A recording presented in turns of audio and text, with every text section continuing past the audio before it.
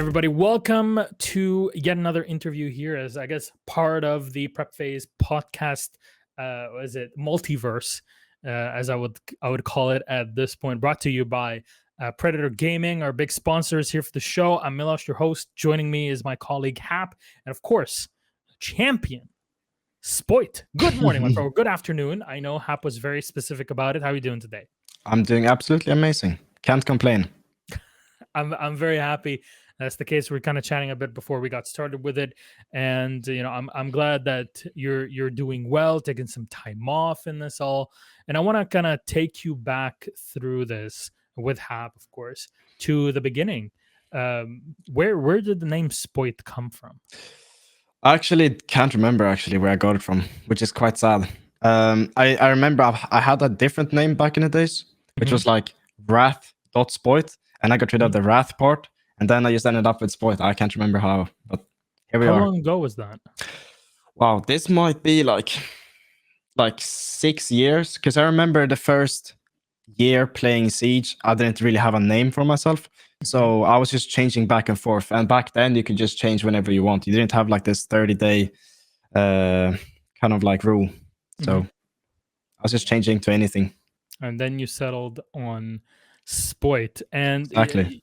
What did you do before Siege? Like, what got you into gaming from that first moment? I mean, so I'm very big on sports. I always like played sports when I was a kid. I think at one point I played 3 different sports at the same time. And in the off seasons, and because it's so cold here in the winter in Sweden, we just sat inside and just played games like all of the other kids. And I guess I just got really good at it, so I continued doing it. And yeah, and here we are, I guess. Did you always play like competitive or PvP games, or were you more of a story-like player when you just started out? Because a lot of us, like, for example, we started out on like a PlayStation 2 or PlayStation 3, playing some single-player games, slowly getting into the shooter genre and then doing PvP. Is that the same for you, or did you instantly like go to like PvP games? I think I've always done kind of PvP games. Because like in sports, obviously you play against other people, so it's like it's PvP there as well, I guess. But it's just the way the competitive environment is built in just anything you do when you play against other people, I guess.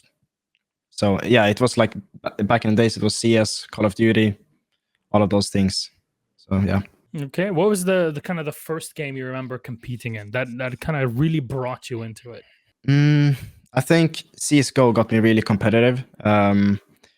Just by grinding through the matchmaking ranks, of course, back in the days. But I mean, going back all the way back to it, I think like all the way back in Minecraft these days when I was like 10 years old, I think, just playing these kind of fun servers where you just play against other players. It was a blast.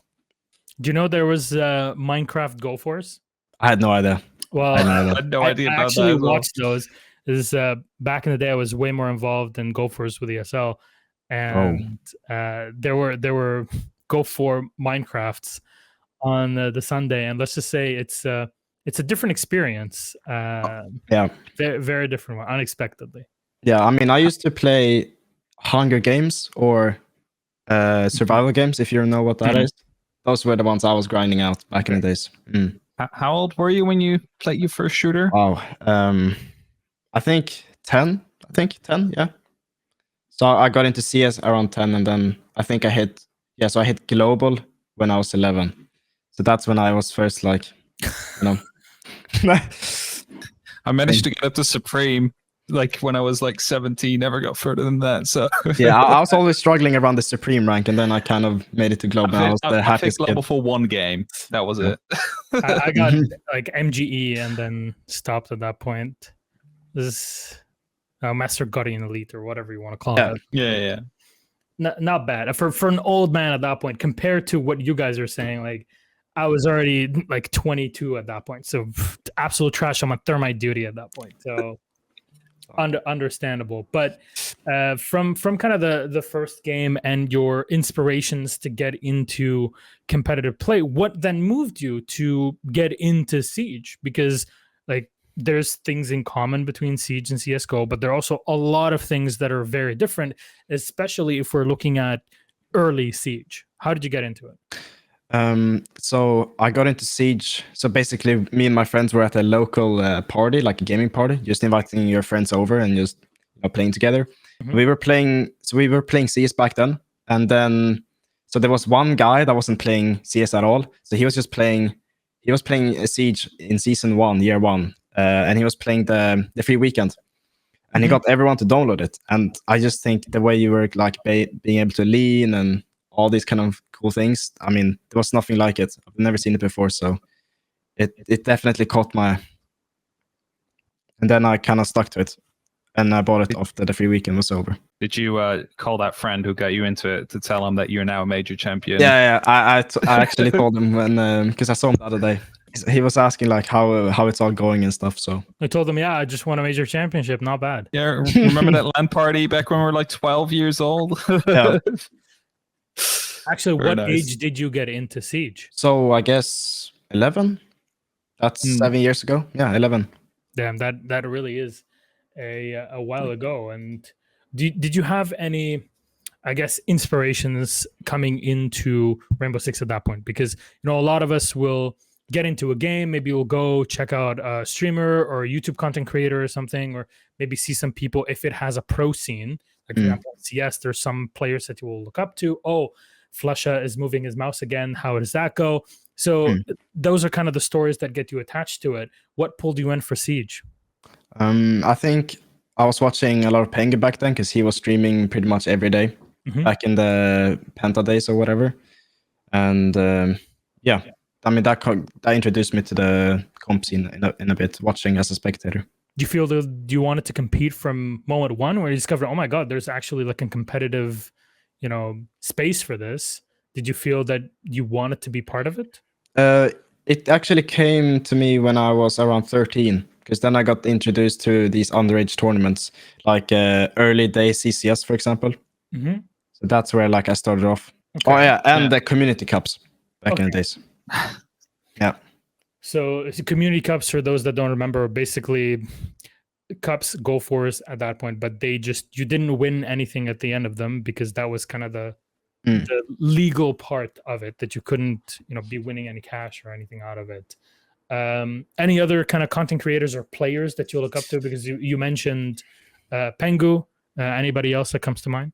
I think it was Pengu, and I stuck with him for a while until I saw like some other people. Yeah. Has it ever been demotivating being not 18, being this good at the game, knowing that you're basically stuck with the underage cups, with like community tournaments, not able to break through just yet into the professional leagues, knowing that, for example, when you were 16, still had to wait 2 full years before you finally had your shot at winning the tournament, for that matter? Yeah, so when I was around 16, that's when I was playing Nordic Championship back then. So this was basically before they introduced the national leagues into the CL. So that was before this path was possible. So that's when it was 16 plus and not 18 plus. So I was basically playing that for a bit, and we did really good. Like we always finished pretty much the first place, and I think we made $1,000. Yeah. And that was pretty huge for us back then, going to my parents and showing them that we won $1,000. That was pretty cool. But then eventually the national leagues obviously turned 18 because of the path into CL. So so then I was kind of like, yeah, and I don't know what to do now, basically. Fair enough. And you still found your way, I guess, into a farmers league, as some would say, would put kind of Benelux at that point. And how did you try to, in the meantime, because you're like, okay, well, I can't really compete at the top tier until I turn 18. What was your way of filling that gap? We know you as the content creator. We know you as kind of the pub star. How did that work? So yeah, eventually when I was around 16, 17, I couldn't play in these tournaments anymore. That's when I kind of did the content creation part more. Kind of grinded streaming and YouTube and that kind of side of the game instead. And as you went to content creation, you kind of you made a big name for yourself at that point, and everybody knew about you. Some were even wondering whether or not you were legit or not. You put those accusations to rest. But what was the first moment that you actually got approached by a tier 1 organization that was currently active in tier 1 Siege to try and get you to join, or to be signed as a prospect, or to be offered a trial for the future, possibly? Yeah, so that was it was actually with G2 first. I was gonna sign as a content creator, and then eventually have a shot at tier 1 when I was 18. So I was gonna transfer from being a content creator for them and then being a pro player for them. But that deal never happened because there was some issues basically between the parties. So that didn't go through. And then when time went on for like another 3 months maybe, that's when I got these offers for stage 2, basically. Why Rogue? I was trialing with Navi, Secret, and Rogue, and yeah, the Navi trial went really good. Like I was ready to get picked up. The Secret one didn't go as good from me personally. The Rogue one was amazing actually, and the way they kind of approached me with this whole new idea of playing the game and everything, they basically like approached me in a professional way compared to the other teams where they just said, "Here are the dates, come and practice with us," you know. Mhm. So I got in a few interviews before. I got the whole kind of schedule from Rogue, and yeah, it was just in a better, approachable way, I guess. And I saw more improvement in that team as a spectator as well, watching the league. Okay. And seems like there was something that set them apart, that kind of way that they work, plus the support staff and how it all kind of goes in together. How was your experience when you were trialing with them? When you got the offers, you got the scheduling and everything. How long did you get the trial with them before getting officially picked up? On what basis was it like, okay, here's the kind of play style we're going for? How was the vibe overall too? I mean, the Rogue scrims went really well. They kind of like, in a way, picked me up instantly without even trialing, because of Sathus or Tristan. Yeah. So him and I were really close, and he had faith in me in a way. But I mean, nonetheless, like the scrims went really good. We were like slapping some teams, tier 1 teams, and it was doing really good. Comms were really good. Coordination in such a short notice, and yeah. Okay, not too shabby. And Mhm.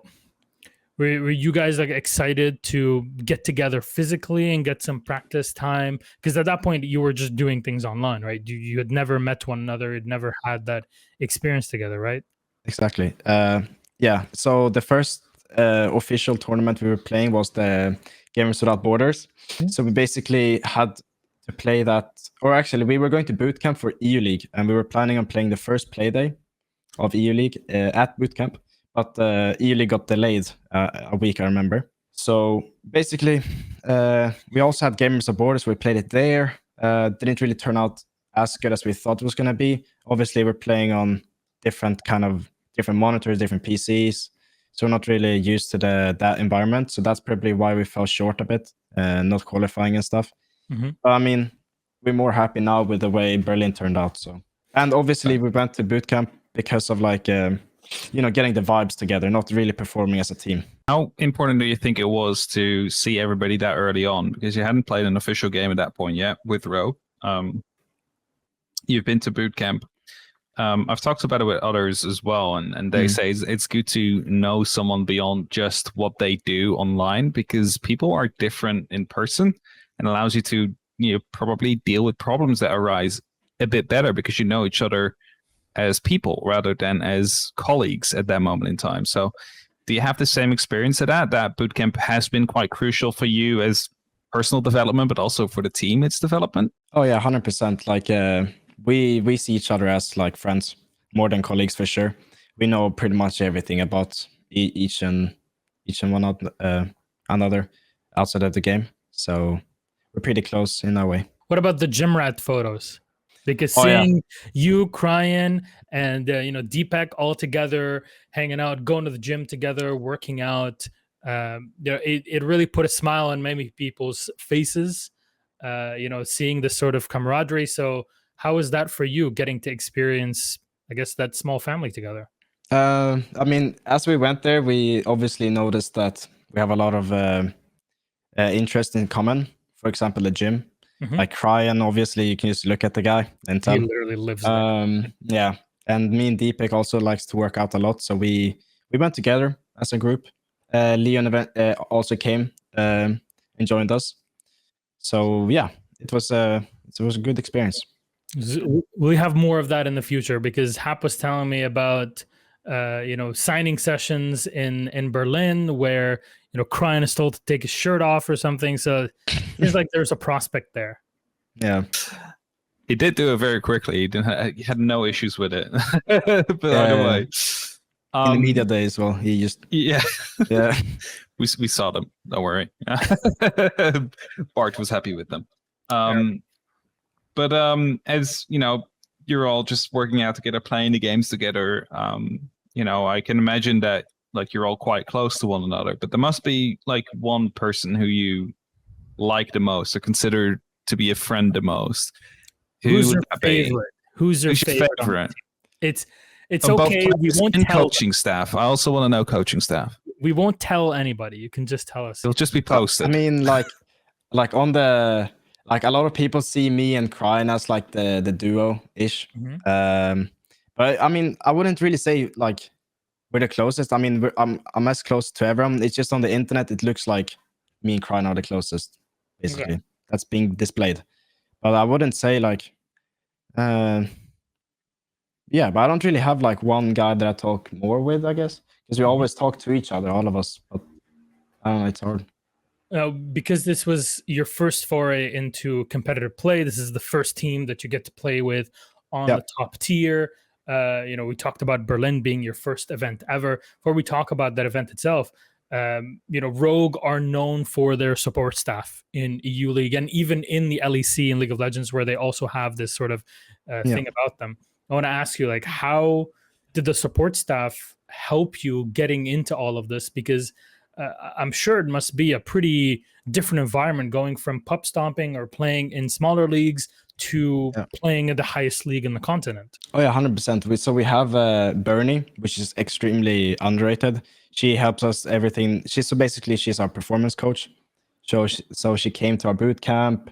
She was doing like team bonding exercises, and she always like comes up to each and one of us at the major, for example. Always like talks to us. And if we ever need something, we always go to her as well, performance-wise. And yeah, she's amazing. I can really tell that it really benefits us as a group. And every weekend we have a Bernie meeting, so it's named after her. So if, for example, throughout the week she is talking to obviously Mipi, the coach, and Tristan, the analyst, and if they notice like a pattern of something we're struggling with, she kind of like if for example if it's like a communication problem we have throughout the week during the scrims, she kind of like find exercises for us to do as a group, as a to help prevent that problem. So they are working together in that way, the coaches and Bernie. What sort of problems? Please go. I was going to say, is this something you would have expected when you joined a tier 1 team? That this is like how life is, that you have like a coach just looking after everything you say, and like they come up with exercises to improve for you, or do you think it was a bit different? You obviously knew about the basics. So basically, the basics are obviously a coach and analyst. But I wasn't ready for Bernie to be also like to have a performance coach, but obviously that's just beneficial for us, as we can see. Okay, and it definitely did work out looking at it from the outside. Were there things that you struggled with that you had Bernie coming to you, or you coming to her for advice or guidance during that time? I mean, I didn't really have issues at all. I was just talking about her, how I feel like if we played really bad at boot camp, I just talked to her and like what was the issues today and blah blah blah. But if I need the help I've asked for her, it's just like performance based. So what can I do to maximize performance, like diet, working out, meditation, these kind of things. That's what I've done personally to get help from her.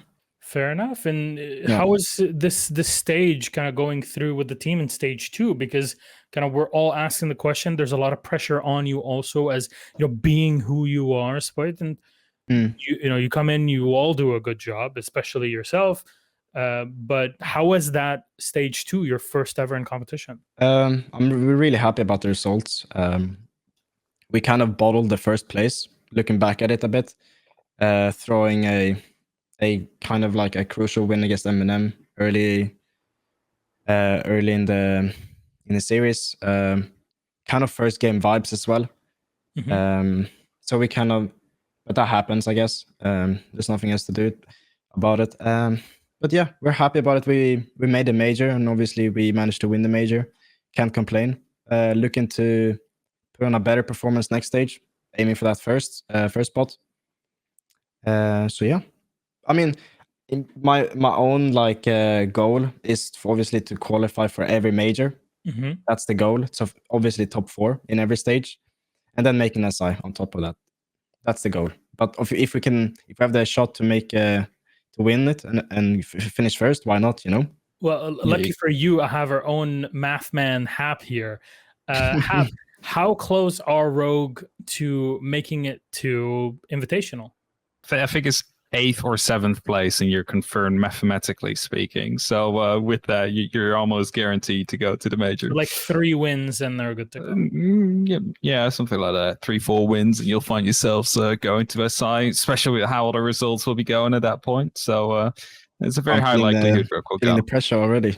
Oh, the pressure's so high now. Yeah. As long as the stage 2 curse of last year doesn't come back. It's kind of crazy though how for 2 years Rogue has struggled that much in stage 2, being like 1 win and no wins, like 2020, 2021. And then, 2022, stage 2, they win the major. It's a massive change to come through. Yeah. Curse has definitely been lifted. Was it last year, obviously making it to the playoffs and playing as they did, kind of qualified Rogue to that Invitational? That was very important, because a very different Rogue to what it is today. But you talk about challenges and pressure, like, oh my God, you're really putting it on us. Is there anything that scares you going into stage 3? Because now the biggest hurdle is, or I guess the biggest difficulty is not so much getting the trophy, that's already difficult enough, but holding on to it for time and time and time again, because no one has been able to do that since G2, right? So what scares you if you look at that future? I think the most scary thing is probably inconsistency. Personally, I'd like to be very consistent as well as on a team base. But I think in the way we're playing right now and the way the meta is, I think, right now, so the upcoming meta is just pretty much just beneficial to us because we're a very adaptive and aggressive team. So I'm very excited. Just hoping for that top 4 again, of course. But yeah, inconsistency, that's probably the scariest part. You talk about new meta. What about Grim? Yeah, and just the way like the new Thatcher EMP device thing works and these kind of cool things. And obviously getting rid of the LMG meta a bit. Getting these old operators back, which is like insane. So it's going to be really good. LMG changes and the recoil changes overall have, I guess, had an impact, because obviously we can theory craft and kind of armchair general our way through it all day, every day. But how is it in practice, in your opinion? So with Finka in my trials, I was basically just playing Finka. It was a few multi-kills back, actually, with 100 bullets in the mag. It was kind of broken, I'm not gonna lie. But yeah, I'm happy it's gone, to be honest. I don't think we're not really a team that relies on it anyway, because it was banned, I think. Yeah, it was banned every play day in EU League, I think. Or was it 8? I'm not sure.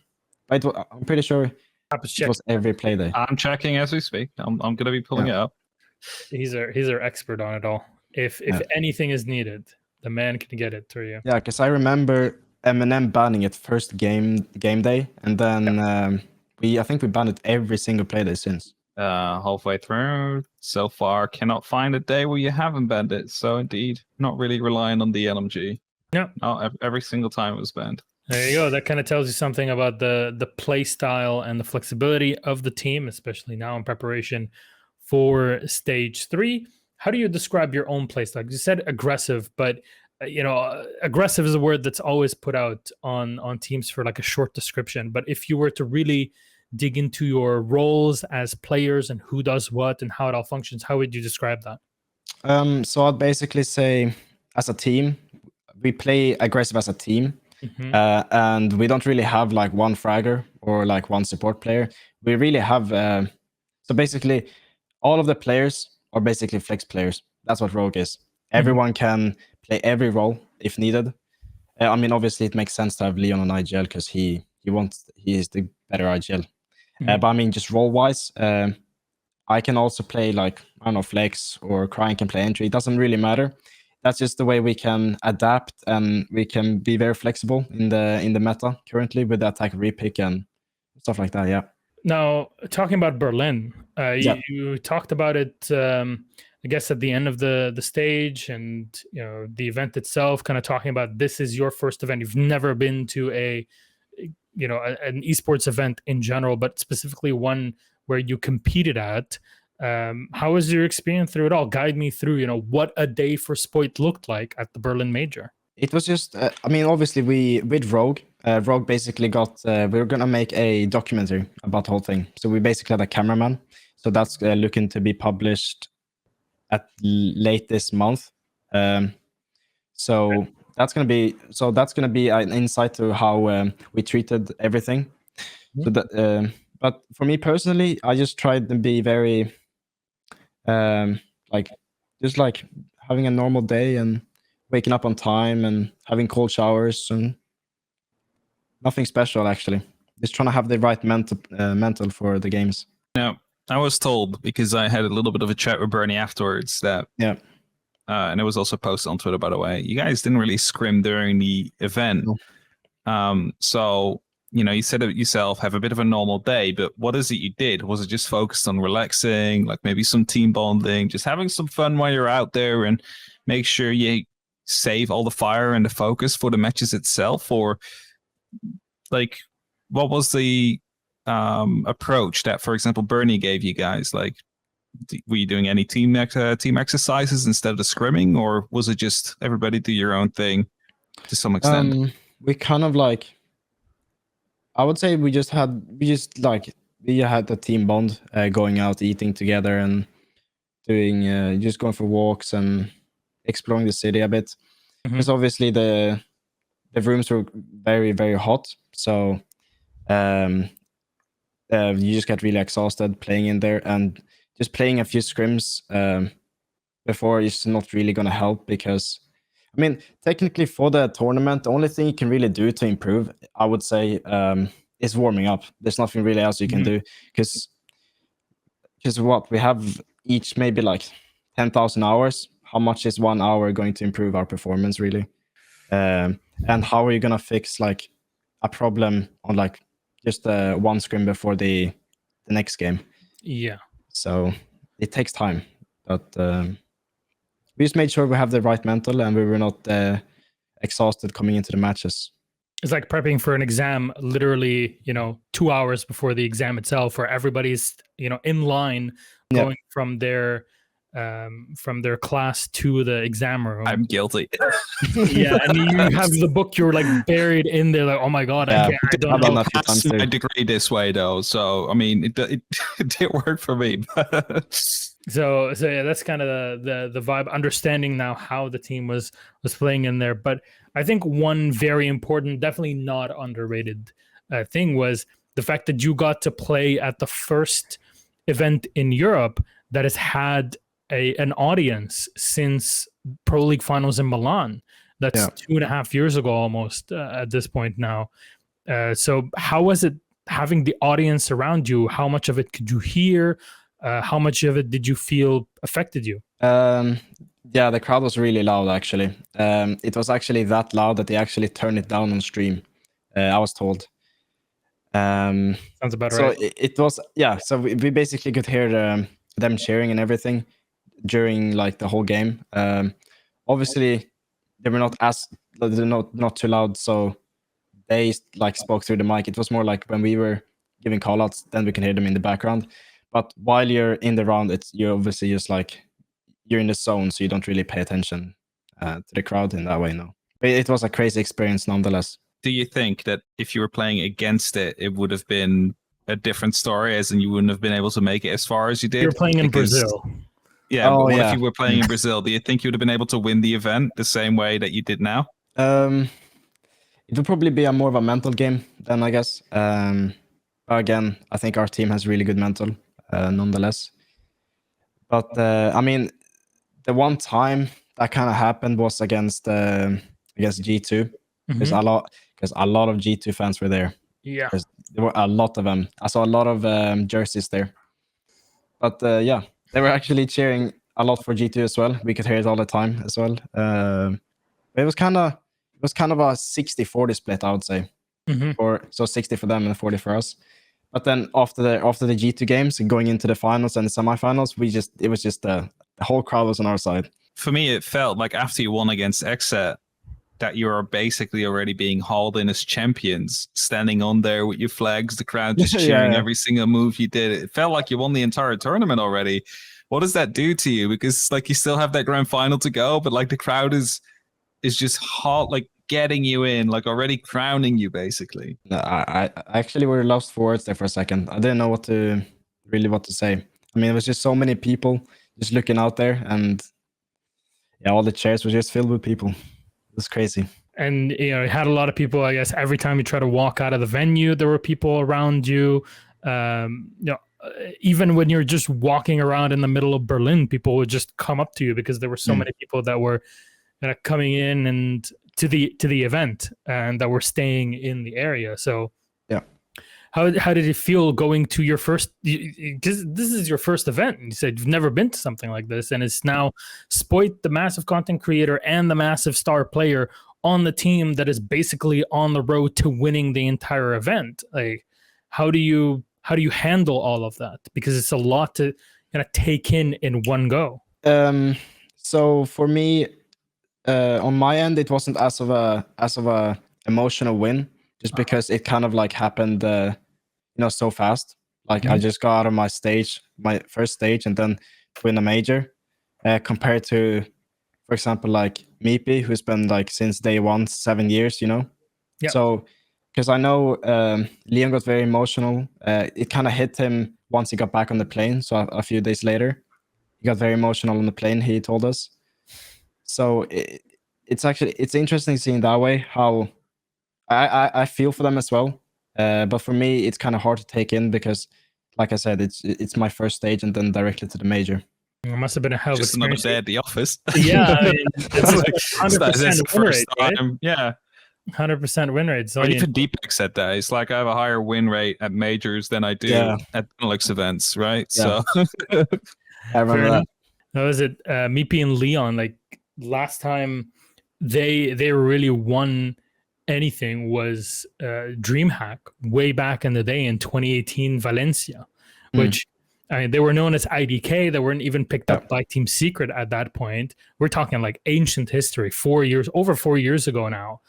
And that's how long it was. And I remember, hugging Leon and Meepy and going around and in the city, seeing how everything is and how they're feeling through it. They could barely believe it at that time.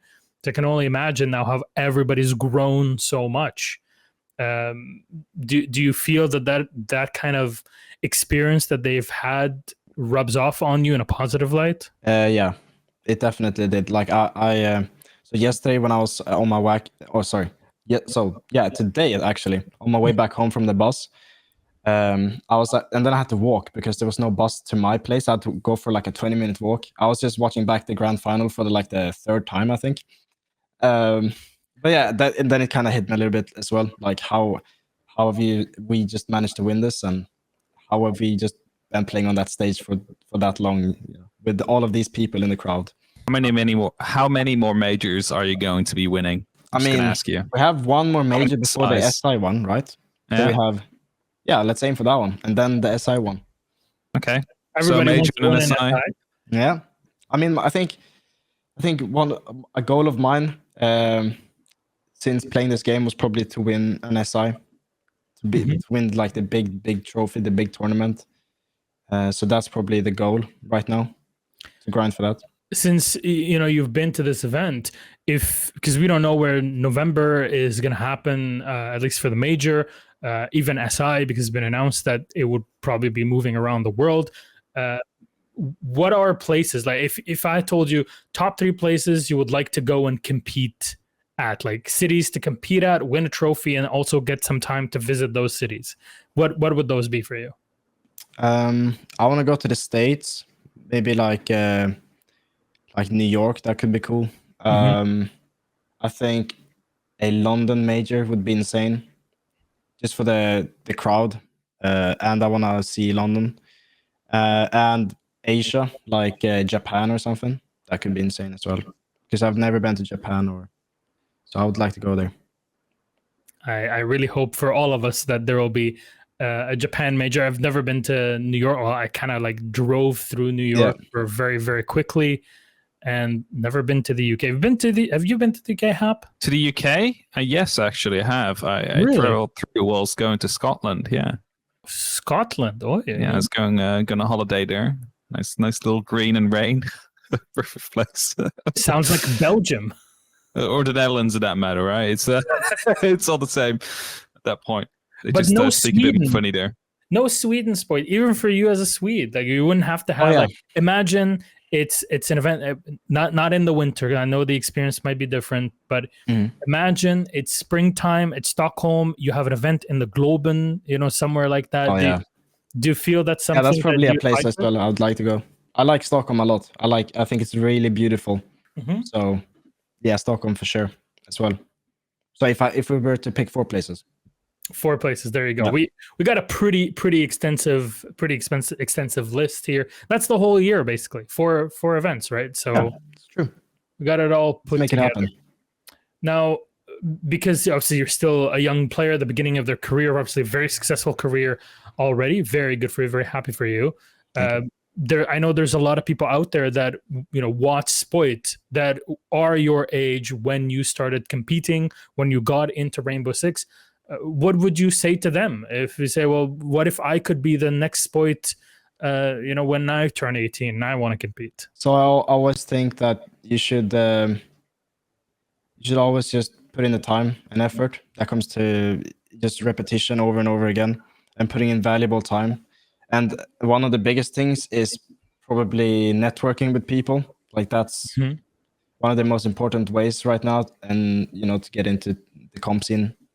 But always surround yourself around people that wants better. That's the most important thing. So yeah, cut out on these toxic friends of yours and get to the grind with the ones that want it. Fair enough. Positivity. Positivity only.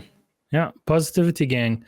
And sometimes positivity has to come from criticism, which might be perceived as negative, but you need to evaluate and be introspective in order to be positive. It's part of the process, right? Yes.